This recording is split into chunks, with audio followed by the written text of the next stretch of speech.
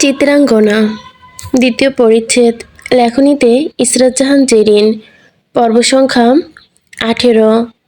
চিত্রার জ্ঞান ফিরতেই সে নিজেকে আবিষ্কার করলো ফারাজের বুকে। একটু নড়ে চড়ে উঠতেই দেখলো তার ঘরের মধ্যেই আছে। হ্যাঁ, এটা তার বেডরুম। এই জায়গা চেনার ক্ষেত্রে তার ভুল হতেই পারে না। সে ফারাজকে ছুতেই ফারাজের ঘুম ভেঙে গেল। ফারাজ এক ঝাটকায় উঠে বসলো, চিন্তিত কণ্ঠে বলল, বউ তুমি ঠিক আছো? চিত্রা এখন আগের মতো থেকেই বেটার ফিল করছে। সে উঠে বসলো। বসার চেষ্টা করতে ফারাজ তাকে পুনরায় শুয়ে দিয়ে বলল, ওঠা লাগবে না। এত পাকনামি কেন করতে গিয়েছিলে? আমার বাচ্চার যদি কিছু হতো, সাহায্য থাকলে তোমার পেট থেকে বের করে আমার বাচ্চা আমার পেটে রেখে দিতাম। আর একটু দেরি হলে বাচ্চার মা আর বাচ্চা হয়ে যেত বারবিকিউ, আর বাচ্চা হয়ে যেত তন্দুরি। চিত্রা পুনরায় ফরাজের গালে হাত রাখলো, জিজ্ঞেস করলো, আপনি সত্যি সত্যি আমার সামনে তো, নাকি আমি কল্পনা দেখছি? চাইলে পার্সোনালভাবে বোঝাতে পারি, নিশ্চয়ই তখন আর সন্দেহ থাকবে না। চিত্রা লজ্জায় পড়ে গেল। যেহেতু এই লোকের মুখ দিয়ে ভালো কথা বের হয় না, তার মানে নিশ্চয়ই এটা বাস্তব। এবার সে নিশ্চিত হয়ে গেল, কিন্তু সে এখানে কি করে? সে তো আগুনে ঝলসে যাচ্ছিল, বাঁচার জন্য উপায় তো তার হাতে ছিল না। সে ফারাজের দিকে জিজ্ঞাসু দৃষ্টিতে তাকাতেই ফারাজ মৃদু হেসে বলল, মানে অনেক প্রশ্ন তাই না? কি করে বাঁচলে, কি করে ঘরে ফিরলে? চিত্রা মাথা নাড়ালো। ফারাজকে বলল, তোমার ঘরে মইন ঢুকেছিল তাই না? হ্যাঁ। সে কিছু করেছিল? না, রুমে ঢুকে বারান্দায় চলে গিয়েছিল। হ্যাঁ, ওই সময় সে আমায় কল করে। জানো চিত্রা, মানুষের উপকার করলে সে তার এত সুন্দর ফল দেয়, যা যা পাওয়ার জন্য মানুষ বুঝতে পারে না কি হতে পারে আগে। উপকার করলে সে তার এত সুন্দর ফল পাওয়া যায়, সেটা আজকের আগে বুঝিনি।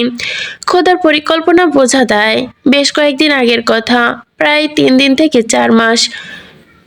4 মাস আগের কথা হবে। বজ্রের সঙ্গে কিশোরগঞ্জের সদর হাসপাতালে একবার যাওয়া হয়। বজ্রের ওই হাসপাতালে ওই দিন একটা কাজ ছিল, তার জন্য অপেক্ষা করছিলাম।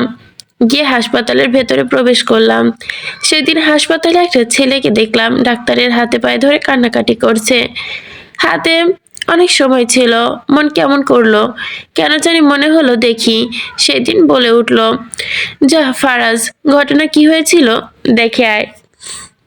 আমি ডাক্তারের কাছে গিয়ে জিজ্ঞেস করলাম, কি হয়েছে এখানে? ডক্টর বললেন, আরে বলবেন না, বলছি ওনার বাবা চিকিৎসা এখানেই করাতে হবে, ঢাকায় পাঠাতে হবে। এখানে চিকিৎসা হবে না উনি বুঝছেই না। বলে কি না, ঢাকায় চিকিৎসা করানোর মতো টাকা নেই, একটু এখানেই দেখেন, বাবাকে বাঁচাতে হবে, অবস্থা ভালো না। আমার তখন নিজের বাবার কথা মনে পড়ে গেল। এই ছেলের ভাগ্যে নিশ্চয়ই আমার থেকেও ভালো। ওর বাবা বোধহয় ওকে অনেক ভালোবাসা দিয়েছে, নইলে কি বাবা বাঁচানোর জন্য এত কিছু করতো নাকি? কই, ফরাজ তো করেনি। ফরাজের তো ইচ্ছে করেনি তার বাবাকে বাঁচিয়ে রাখতে। সে তো তার বাবাকে একইভাবে একই জায়গায় জীবন্ত জ্বালিয়ে কেবল প্রতিশোধ নেওয়ার জন্য। আফসোস, যদি তার বাবাও ভালো হতো, সেও বাবাকে বাঁচানোর জন্য এমনভাবে হাতে পায়ে ধরে কাঁদতে পারতো।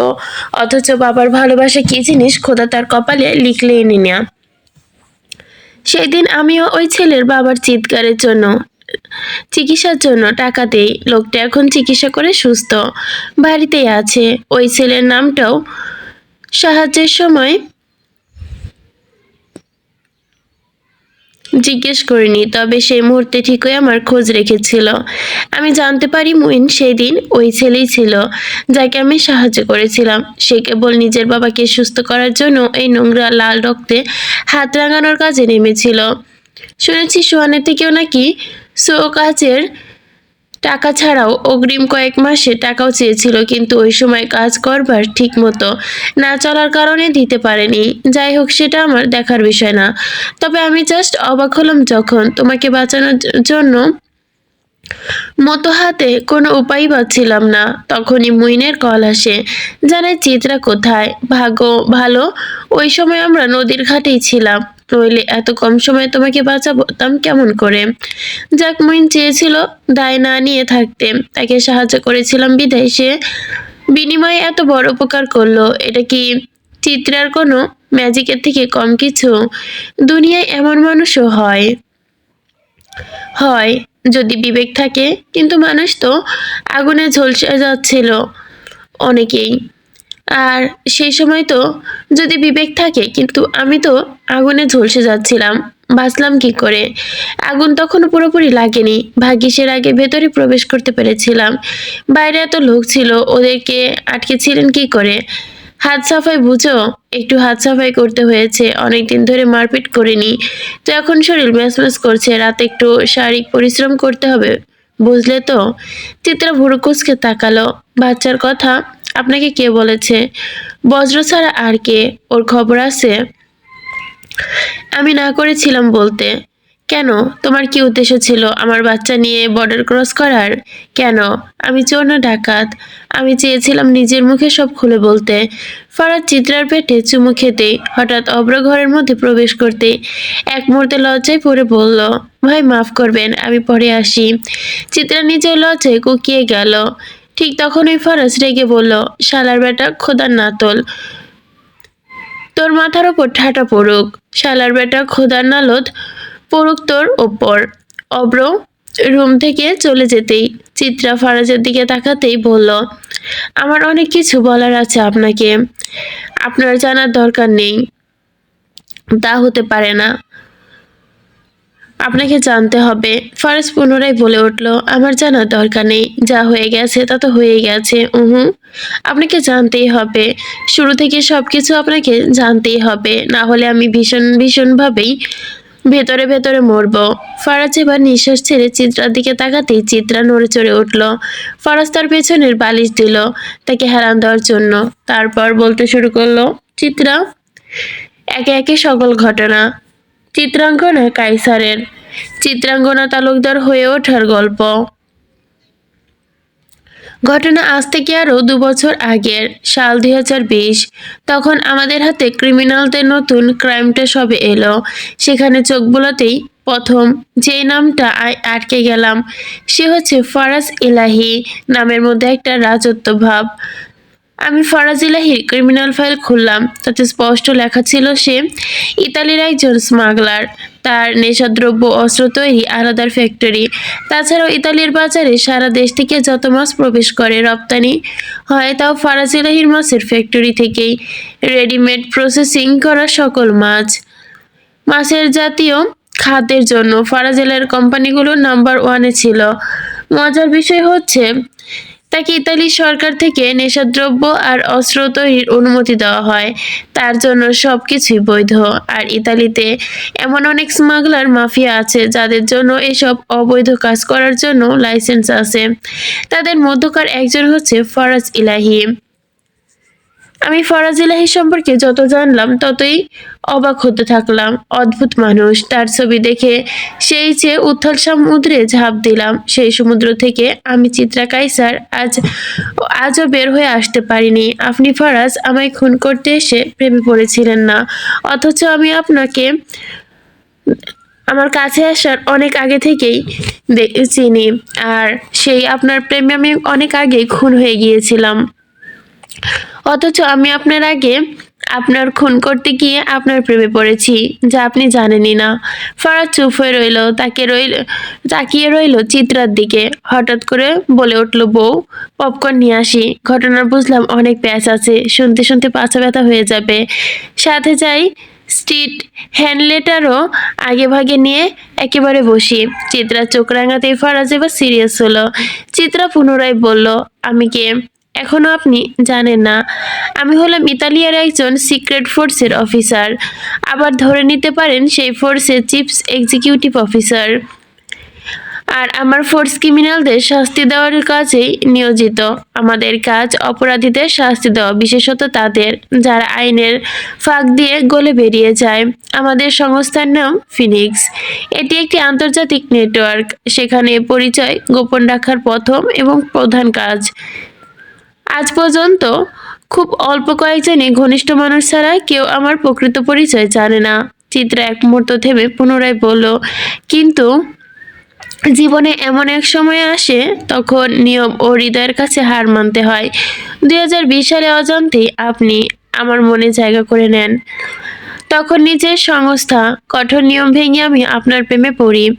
আপনি জানেন না, আপনার প্রতি পদক্ষেপ, প্রতিটা নিঃশ্বাসের খবর আমার কাছে যে পৌঁছাতো, কর্তব্যের ভেতর দিয়েও শুরু হয়েছিল সেই আপনার ওপর নজরদারি, কিন্তু অজান্তে তার রূপ নেয় অনুভূতিতে। আপনি ভেবেছেন আপনার পরিকল্পনা সব হয়েছে, তাই না? গল্প আমার তৈরি করা ছিল, যে গল্পে আপনি আমাকে শুনিয়েছেন। আমি তার লেখক। আমার গল্পটাই আপনি পালন করেছেন। আপনার বিষয়ে জানতে গিয়ে সবার আগে কি জানতে পেরেছিলাম জানেন? আপনার অতীত। আপনি ভাবছেন হয়তো সেদিন আপনার গায়ে গুলি লেগেছিল। ওই দিন রাতে আমি আপনার বিষয়ে জানতে পারি, অথচ আমি আরো 2 বছর আগে আপনার বিষয়ের প্রতিটি তথ্য জানি। আপনি ভেবেছেন আপনার পরিকল্পনা অনুযায়ী আমাকে আপনি বিয়ে করেছেন। ফারাজ, পরিকল্পনা আমি করেছি, আর আপনি কেবল তা বাস্তবায়ন করেছেন। আসলের ঘটনা কি জানেন? দাবার কেটে আপনার সবাই ঘটিছিলেন, আর চাল দিয়েছিল আপনাদের সামনে বসে থাকা চিত্রাঙ্গনা কাইসার। ফারাজ আরো মনোযোগ দিয়ে চিত্রার দিকে তাকালো। আপনি ভালোবাসার জন্য পাপ ছেড়ে দিয়েছিলেন না, আর আমি চিত্রা ভালোবাসার জন্য পাপ করেছি। প্রথম পাপ তো নিজের পেশার সাথেই করেছি। যাক, ব্যাপার না। আমি আপনার ভয়ঙ্কর রূপটাকে ভালোবাসি, নরম রূপটাকেও ভালোবাসি, কারণ হচ্ছে আমি পুরোটাই আপনাকে ভালোবাসি। এবার তাহলে বলি শুনুন। আপনার বিষয়ে জানতে গিয়ে জানতে পারলাম তালুকদার বাড়ির মানুষও আপনার মায়ের মৃত্যুর সাথে জড়িত। ভাগ্যে বুঝতে তো আর সময় লাগে না। ওই সময় পুরোই আমার পক্ষে ছিল। আমি তালুকদার বাড়ির সকলের সম্পর্কে খোঁজ খবর করলাম। তার জন্য জানতে পারলাম আপনি নাকি তালুকদারের ছোট্ট মেয়েকে খুঁজছেন প্রতিশোধ নেবেন বলে। আমি সেই মেয়ের খোঁজ শুরু করি। মেয়েটি খুঁজতে গিয়ে মার্জিয়া বেগম আর তার স্বামীকে খুঁজে পাই। সেখানেই জানতে পারি তালুকদারের মেয়ে ছিল সেই মেয়ে নাকি মার্জিয়ার কাছে মানুষ। তবে 4-5 বছর আগে সেই মেয়ে নিখোঁজ হয়ে যায়, আর খুঁজে পাওয়া যায়নি। কোথায় সেই মেয়ে এটা জানতে গিয়ে ঘুরে ফিরে এলাহি বাড়ির নামই বেরিয়ে আসে। জানতে পারি সুলেমান এলাহি নামক এক ব্যক্তির হাতে ধর্ষিত হয়েছে ও এক মেয়ে। সেই ঘটনার আগের দিন তালুকদার বাড়ির সেই মেয়ের খোঁজ হয়। পরের দিন ওই নদীর ধারে লাশ পাওয়া যায়, কিন্তু লাশের যে হাল, বাছাই কাছাই করার মতো অবস্থা ছিল না। মার্জিয়া বেগম অবশ্য সেই লাশ দেখে আন্দাজ করতে পেরেছিল লাশটা কার, তবে লোক বাজে কথা বলবে, আঙুল তুলবে তাদের ওপর দেখে সে চুপ করে যায়। আর এলাহি বাড়ির মানুষ সম্পর্ক সবার ধারণাই ছিল। তার ওপর সুলেমান এলাহি ছিল তখনকার চেয়ারম্যান, তাই সাহস হয়নি সুলেমান এলাহির সামনে গিয়ে প্রতিবাদ করার। 2 বছর পর আমি মার্জিয়ার কাছে যাই। তখন অনেক অনেক অভাব ছিল তাদের। আমি জানাই আমি সব খরচ চালিয়ে দিব, বিনিময়ে আমাকে সাহায্য করতে হবে। রাজি হলেন না ওই বাড়ির কেউ। মাহাদিও তখন বিবাহ করেনি। মার্জিয়া বেগমের স্বামীও খুব অসুস্থ ছিল। আমি বিপাকে পড়ে যাই। বুঝতে পারি ফারাজ এলাহি এখনো তালুকদার বাড়ির মেয়েকে তেমন ভাবে খোঁজ শুরু করেনি। এটাই আমার কাছে সুযোগ ছিল, কিন্তু মার্জি আমাকে সাহায্য না করলে আমার পরিকল্পনা সফল হবে না। আমি মার্জিয়া মামিকে বোঝাই, কার্ড দিয়ে যাই। তাছাড়া কিছুদিনের মাথায় শুনি তার স্বামী অ্যাক্সিডেন্ট করেছে, অবস্থা খুবই খারাপ, বাঁচানো যাবে না, টাকার দরকার। তখন তাদেরকে আমি টাকা দেই। বিনিময়ে তাদের কাছ থেকে কোনো উপায় না থাকায় আমার শর্ত মেনে নিতে হয়। শুরু হয় আমার সেই বাড়িতে চিত্রাঙ্গনা তালুকদার হিসেবে দিন শুরু করার গল্প। আমার মতো মেয়ের কিন্তু এইসবের দরকার ছিল না, কিন্তু কেন করেছি জানেন? আপনার কাছে যাওয়ার জন্য, প্রতিশোধ নেওয়ার অজুহাতেও যে আপনাকে পাই, কেবল তারই জন্য। যখন জানতে পারি আপনি ভালোবাসায় বিশ্বাস করেন না, মেয়ে মানুষের ঠাঁই নেই আপনার হৃদয়ে, তখনই প্রথম আলাপন করা ছাড়াই আমার হাতে আর কোনো উপায় ছিল না। আশেপাশের মানুষ সন্দেহ করেনি না, মানে তোমার চেহারা আর তালুকদারের মেয়ের চেহারা নিশ্চিত এক না। সেটার জন্য আমি ব্যবস্থা করেছিলাম। যেহেতু 5 বছর আগে হুট করে নিখোঁজ হয়ে যায় ওই মেয়ে, তাই মানুষ এটা সময় বদনাম করতে করতে ভুলে গিয়েছিল তার কথা। আমি তখন তাদের বাসায় আসি, তখন সবাইকে তারা বলেছিল তালুকদার বাড়ির সেই মেয়ে মনসুর কাদের খুঁজে পেয়েছে। সে হারিয়ে ঢাকার এক পরিবারের কাছে চলে গিয়েছে। সেখানে এখন 5 বছর মানুষ হয়েছে। এই বাড়িতেই মানুষ হয় সেই বাড়ির মানুষ তাকে দেওয়া নাম চিত্রাঙ্গনা। সবাই সেই মেনেই নিয়েছিল সেই কথা। এমনিতেও মনসুর কাদের আর মার্জিয়ার অবস্থা খারাপ থাকায় তাদের সাথে প্রতিবেশীদের তেমন কোনো সম্পর্ক ছিল না। আর তালুকদার বাড়ির সেই মেয়েকে মার্জিয়া ঘর থেকে বের হতে দিতেন না, কারণ সে জানে তার পরিবারকে যে মেরেছে একদিন তাকে খুঁজে মারবে। তাই মানুষ ওই মেয়েকে কথা তেমন একটা জানতোই না। তাহলে যে তোমার সাথে সোহাগের সম্পর্ক, মার্জিয়া মার্জিয়া মারিয়াদের তোমার ওপর অত্যাচার চালানো, তোমাকে বিয়ে করার পর যে বিয়ের রাতে তোমার গায়ে দাগ দেখতে পেয়েছিলাম, বলছি, সব বলছি। মার্জিয়া কোনোদিন আমার গায়ে হাত দেওয়া তো দূরের কথা, হাত তুলেও নি।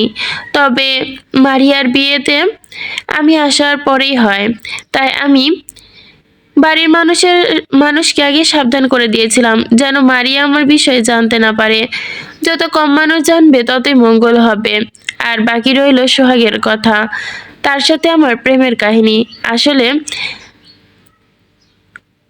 আসলে আমার মধ্যে কিছুই ছিলই না, কেবল ঘটনার সঙ্গে মিল রেখে আমাদের প্রেমের মিথ্যা নাটক সাজানো হয়। কিন্তু বেচারা সোহাগ নাটক করতে গিয়ে আমার প্রেমে পড়ে যায়, যার কারণে সে আজও পস্তাচ্ছে। ভালো করে মনে করুন, তালুকদার বাড়ির মেয়েকে যে আপনি ভেতরে ভেতরে খোঁজাখুঁজি করেছিলেন, সে খবর আপনি কাকে কাকে জানিয়েছিলেন? অব্র আর বজ্র। হ্যাঁ, আর এই অব্র বাদ দিন, এই বজ্র কিন্তু সর্বপ্রথম তালুকদার বাড়ির মেয়েকে খোঁজ পেয়েছিল, তারপর সেটা আপনাকে জানায়। ওয়েট, বজ্রের সাথে তোমার সম্পর্ক কি? মানলাম তুমি 20 সালে আমার সম্পর্কে জেনেছো, কিন্তু বজ্রের সঙ্গে তোমার আরো আগ থেকেই সম্পর্ক। বলো বজ্র তোমার কি লাগে? বজ্র বজ্র কাইসার, কাইসার বংশের ছেলে, আমার চাচাতো ভাই। বউ, বুকে ব্যথা শুরু হয়ে গেছে, 1 গ্লাস বিষ দাও, পান করি। বিষ পরে খাবেন, আগে আমার কথা শুনুন। ফারাজ নিঃশ্বাস ছাড়তে চিত্রা পুনরায় বলতে শুরু করলো, কাইসার বাড়ির সবাই এই পেশার সাথে জড়িত হলেও বজ্র ডাক্তারি পেশা বেছে নিয়েছিল। বড় আব্বু এই কারণে বজ্র ভাইয়ের ওপর রাগ করে অনেক আগেই। শেষে ঝামেলা হয়, বজ্র ভাই বাড়ি ছেড়ে চলে যায়। সেখান থেকে গিয়ে আপনার সাথে পরিচিত হয়। বাড়ির বড় আব্বু বাদে বজ্রের সাথে যোগাযোগ আমাদের সবারই ছিল। যদিও বড় আব্বু চেয়েছিলেন বজ্রের সাথে কথা বলতে, আসলে বাবা ছেলে রাগ তো ওইসব থাকে না। ওনারা দুজন দুজনকে ছাড়া থাকতে পারে না, আবার একজন আরেকজনের অভিমানও ভুলতে নারাজ। দেখায় তারা ওপরে ওপর রাগ, কিন্তু না করার মতো উপায় তাদের ছিল না, কারণ আমি তাদের একজন একমাত্রই মেয়ে। আর আমি বলেছিলাম যদি আমার কথা না মানা হয় তবে কোনো দায়িত্ব আমি পালন করতে পারবো না। এরই মাঝে বজ্রের সঙ্গে বাড়িতে ঝামেলা ঠিক হয়ে যায়। বাসার সবাই চেয়েছিল আমার আর বজ্র ভাইয়ের বিয়ে দিয়ে দিবে, কিন্তু আমরা দুজনেই রাজি ছিলাম না। যদিও বড়াবু এই বিষয় নিয়ে এখনো রেগে আছেন। যাক, বাদ দেন। তারপর শুনুন, আপনার ফাইল নিয়ে একদিন রাতে ঘাটাঘাটি করছিলাম। ওই দিন বজ্র ভাই হুট করে আমার রুমে এসে আমার ল্যাপটপে আপনার ছবি দেখতে পায়। সেখান থেকে জানতে পারি আপনি তার বন্ধু। একবার আপনার বুকে গুলি লেগেছিল। সেই সময় আশেপাশে কেউ ছিল না। বজ্র সেদিন আপনাকে বাঁচায়। সেদিন থেকে আপনার সাথে বজ্র ভাইয়ের ভালো সম্পর্ক। সেই সম্পর্ক থেকে গড়ে ওঠে বন্ধুত্ব। বজ্র যখন আপনার ছবি আমার ল্যাপটপে দেখেছিল, সেদিন সে জিজ্ঞেস করে আপনাকে দিয়ে আমার কি কাজ। সব খুলে বলার পর সে আপনার কথা বলল। আমার কাজ তখন আরো সহজ হয়ে যায়, যেহেতু আমি আপনাকে ভালোবাসতাম। তাই বজ্র জানতো আমি আপনার ক্ষতি করব না, আর তাই সে শুরু থেকেই আমাকে সাহায্য করে। বাড়িতে আমি বলি আমি আপনাকে ধরার মিশনে যাচ্ছি, আর বজ্র বলে সে আমাকে সাহায্য করতে আমার সাথেই যাবে। কিন্তু ওনারা তো আমাদের পরিকল্পনা জানতেন না।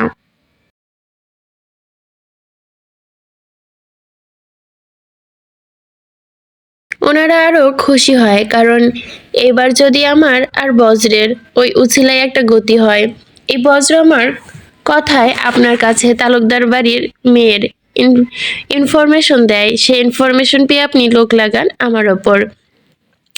সেই লোকেদের মাধ্যমেই আমি অসহায় চিত্রাকে আপনার সামনে তুলে ধরি। আমি আপনাকে যা দেখিয়েছি আপনি তাই দেখেছেন, কিন্তু বছর গড়িয়ে গেল কোনো লাভ হচ্ছিল না, কারণ আপনার সাথে আমি দেখাই করতে পারছিলাম না। কি করে দেখা করব সেটা বুঝতে পারছিলাম না। প্রতিশোধের অজুহাতেও আপনার দর্শন চাইছিলাম। সেই শেষে ভাবলাম এভাবে অপেক্ষা করা সম্ভব নয়, অন্য কিছু করতে হবে। আমার তখন একটা গুটি দরকার ছিল। খুঁজে পেলাম মিজান নামক এক ব্যক্তিকে। সে জায়গায় জায়গায় বিয়ে আর বউ পাচারকারীদের সাপ্লাই দেয়। মার্জিয়া মাহাদি ওদের দিয়ে মিজান সাহেবের কাছে আমার কথা জানায়। মিজান আমার ছবি দেখার পর সে তো দেওয়ানা। মিজানের সাথে আমার ঠিক হলো। সোহাগকে ওই দিন কিছু জানানো হয়নি। একটা কথা বলবো ফরাজ এলাহি সাহেব, আপনাকে পাওয়ার লোভে আমি চিত্রা স্বার্থপর হয়ে গিয়েছিলাম। আপনাকে পাওয়ার লোভে সোহাগকে ধ্বংস করে দিয়েছিলাম। এই আফসোস আমার ফুরাবে না। আপনি যে লোক চিত্রা তালুকদারের পেছনে লাগিয়েছিলেন, সেই লোক বিয়ের বিষয়ে জানতেই আপনাকে খবর দেয়। আপনি তখন ডেনমার্ক ছিলেন, আপনার মায়ের জন্মভূমিতে। খবর পেয়ে ইমার্জেন্সি ফ্লাইট করে দেশে ফিরে আসেন, নিজের জন্মভূমিতে।